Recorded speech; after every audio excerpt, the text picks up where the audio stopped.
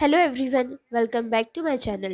This is Archijan here, and in this video we are going to talk about class 6 science chapter number 16, that is garbage in garbage out. Okay, so let's start the video. हमारा first topic है dealing with garbage. सफाई कर्मचारी जो garbage collect करते हैं वो उसे कहाँ ले जाकर डंप करते हैं। वो उसे लो लाइंग ओपन एरिया, जैसे हम लैंडफिल भी कहते हैं, वहाँ ले जाकर उसे डंप कर दिया जाता है। लैंडफिल मतलब शहर के बाहर कोई ऐसी खाली ज़मीन, मतलब जहाँ पर गड्ढा हो, उसे लैंडफिल कहा जाता है। नाउ गार्बेज में यूज़फुल एंड नॉन यूज़फुल दोनों टाइप्स के कंपोनेंट प्रेजेंट रहते हैं। नॉन यूज़फुल कंपोनेंट्स को उस लैंडफिल में स्प्रेड कर दिया जाता है एंड देन उसे सॉइल से कवर कर दिया जाता है और उस जगह को प्लेग्राउंड या फिर पार्क में कन्वर्ट कर दिया जाता है एंड वहाँ पर नेक्स्ट 20-22 ईयर्स बिल्डिंग कंस्ट्रक्ट नहीं करी जाती है, ठीक है। एंड जो यूज़फुल कंपोनेंट रहते हैं उन्हें कंपोस्ट बनाने के लिए रख लिया जाता है, मतलब खाद बनाने के लिए, एंड लैंडफिल के आसपास के एरिया में ही कंपोस्ट मेकिंग एरिया डेवलप कर दिया जाता है। अब हमारे प्राइम मिनिस्टर ने 2014 में स्वच्छ भारत मिशन लॉन्च करा था। इसके पीछे क्या एम था? इंडिया को एक ओपन डेफिकेशन फ्री प्लेस बनाने का। ओपन डेफिकेशन फ्री मतलब लोग ओपन ग्राउंड्स और रोड पर न जाकर अपने घरों में टॉयलेट बनवाएं और पब्लिक टॉयलेट्स का यूज़ करें। 2 अक्टूबर 2019 तक इंडिया को एक ओपन डेफिकेशन फ्री कंट्री बनाने के एम के साथ ही ये मिशन लॉन्च करा गया था। Now next topic is compost. Plants, animal waste and kitchen waste को जब हम मैन्योर में कन्वर्ट करते हैं उस प्रोसेस को क्या कहा जाता है? कॉम्पोस्टिंग। अच्छा, अब कई सिटीज़ और टाउन्स में म्यूनसिपाल्टी 2 सेपरेट डस्टबिन प्रोवाइड करती है, दोनों डिफरेंट टाइप के गार्बेजेस को कलेक्ट करने के लिए। यूजुअली एक का कलर ब्लू होता है और दूसरे का ग्रीन। ब्लू बिन में ऐसे मटेरियल होते हैं जिन्हें हम वापस यूज़ कर सकते हैं, जैसे कि plastic, metal and glass. And green bin में kitchen waste and plant and animal waste collect करा जाता है। अच्छा, अब इन दोनों वेस्ट को सेपरेट करने की क्यों ज़रूरत है? आप लोगों ने नोटिस करा होगा कि हम ड्राइड लीव्स को बर्न कर देते हैं। इसके अलावा फार्मर्स के पास जो हस्क, ड्राइड लीव्स या फिर क्रॉप के अनवांटेड और वेस्ट पार्ट जो रहते हैं उन्हें वो बर्न करते हैं। जब हम इन्हें बर्न करते हैं तो क्या होता है? स्मोक और गैस प्रोड्यूस होती है जो कि हमारे लिए काफ़ी हार्मफुल है। इसीलिए हमें ये सब प्रैक्टिसेस नहीं करनी चाहिए एंड इस वेस्ट को कंपोस्ट में कन्वर्ट कर देना चाहिए। Now next topic is vermi composting. जब रेडवर्म को यूज़ करके किचन वेस्ट को कंपोस्ट में कन्वर्ट करा जाता है उस मेथड को कहते हैं वर्मी कंपोस्टिंग। ओके, अब हम वर्मी कंपोस्ट कैसे रेडी कर सकते हैं इसकी मेथड हमें इस एक्टिविटी के थ्रू समझाई गई है, तो चलिए इसे हम डिस्कस करते हैं। इसके लिए सबसे पहले आपको क्या करना है? ऑलमोस्ट 30 सेंटीमीटर डीप या तो आप एक गड्ढा खोद दीजिए या फिर एक वुडन बॉक्स ले लीजिए।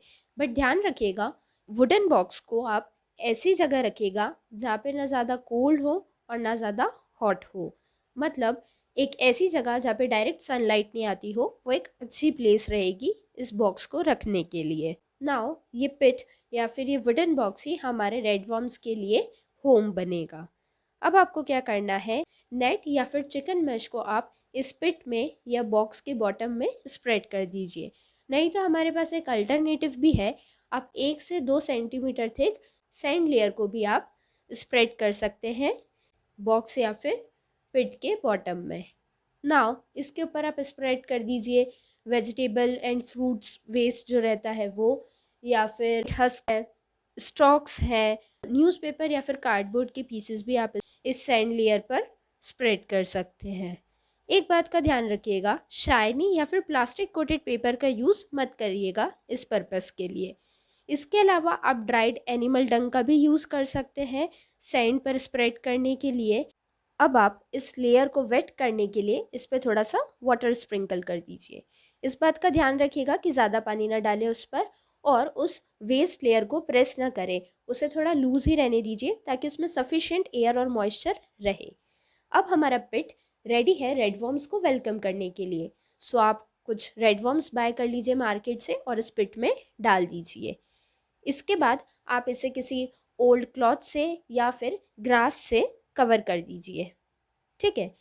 अब रेड वर्म्स को फूड की ज़रूरत रहेगी, सो आप उन्हें क्या दे सकते हैं, फ्रूट्स और वेजिटेबल वेस्ट, कॉफ़ी और टी रिमेन्स जो रहते हैं वो, या फिर हमारे फील्ड्स और गार्डन में जो वीड्स हो जाती है उन्हें भी आप इन्हें दे सकते हैं।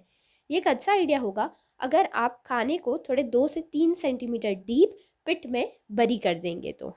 एंड इस बात का ध्यान रखिएगा कि जो आप फूड उन्हें दे रहे हैं उसमें salt, pickle, oil, vinegar, meat, milk, इन सब से बनी चीज़ें ना हो, क्योंकि अगर हम ऐसी चीज़ें पिट में डालेंगे तो क्या होगा, रेडवर्म्स को डिजीज़ करने वाले स्मॉल ऑर्गेनिजम्स इसमें होना स्टार्ट हो जाएंगे। ठीक है। एंड आप थोड़े थोड़े दिनों में इस लेयर को जेंटली मिक्स करते रहिएगा। अब रेडवर्म्स के पास टिथ नहीं होते हैं, उनके पास गिजार्ड नाम का एक स्ट्रक्चर होता है जो उन्हें फूड ग्राइंड करने में हेल्प करता है। आप पाउडर्ड एग शेल या फिर सी शेल को डाल सकते हैं वेस्ट के साथ, इससे रेडवर्म्स को फूड ग्राइंड करने में हेल्प होगी। अच्छा, एक दिन में एक रेडवर्म उतना खाना खा सकता है जितना उसका वेट है। नाउ रेडवर्म ज़्यादा हॉट या ज़्यादा कोल्ड सराउंडिंग्स में सरवाइव नहीं कर सकते, उन्हें थोड़े मॉइस्चर की भी नीड होती है। अगर हम हमारे रेडवर्म्स का ढंग से ध्यान रखेंगे तो आप देख पाएंगे कि एक मंथ में ही उनका नंबर डबल हो जाएगा।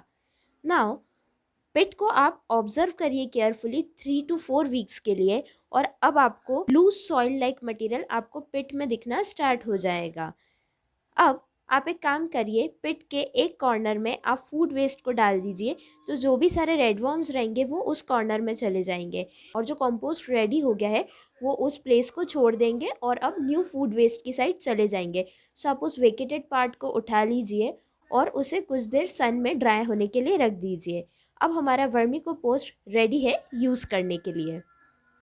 Now our next topic is plastics are boon or a curse, मतलब प्लास्टिक हमारे लिए वरदान है या फिर अभिशाप।